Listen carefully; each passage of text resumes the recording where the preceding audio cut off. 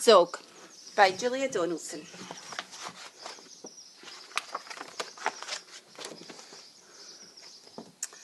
Madame Dragon ran a school many moons ago. She taught young dragons all the things that dragons need to know. Zog, the biggest dragon, was the keenest one by far. He tried his hardest every day to win a golden star. All the dragons in year 1 were learning how to fly. High, said Madame Dragon, way up in the sky. Now that you've been shown, you can practice on your own, and you'll all be expert flyers by the time you're fully grown. Zog went off to practice, flying fast and free. He soared and swooped and looped-de-looped, then crashed into a tree. Just then a little girl came by. Oh, please don't cry, she said. Perhaps you'd like a nice sticky plaster for your head. What a good idea, said Zog. Then up and off he flew, his plaster gleaming pinkly as he zigzagged through the blue. A year went by, and in year 2 the dragons learned to roar. More, said Madame Dragon, louder I implore. Now that you've been shown, you can practice on your own, and you'll all be champion roarers by the time you're fully grown. Zog went off to practice. He roared with fearsome force. He kept it up for hours on end, and then his throat grew hoarse. Just then the girl came by again. She said, what rotten luck. Perhaps you'd like a nice soothing peppermint to suck. What a good idea, said Zog. Then up and off he flew, and breathing fumes of peppermint, he zigzagged through the blue.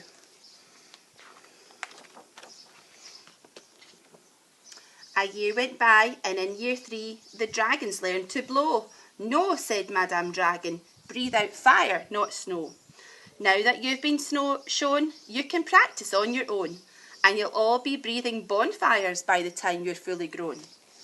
Zog went off to practice. He blew with all his might.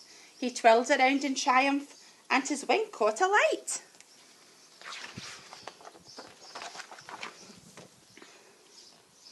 Just then the girl came by again. She said, you poor old thing, perhaps you'd like a nice stretchy bandage for your wing. What a good idea, said Zog. Then up and off he flew, his bandage flapping wildly as he zigzagged through the blue.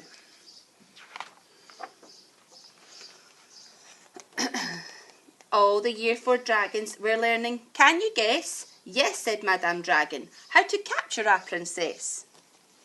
Now that you've been shown, you can practice on your own. You'll need to capture hundreds by the time you're fully grown. Zog went off to practice. He tried and tried and tried, but he simply couldn't manage.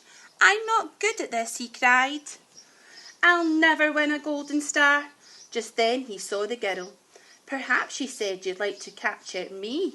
I'm Princess Pearl. What a good idea, said Zog. Then up and off they flew, the princess gripping tightly as they zigzagged through the blue.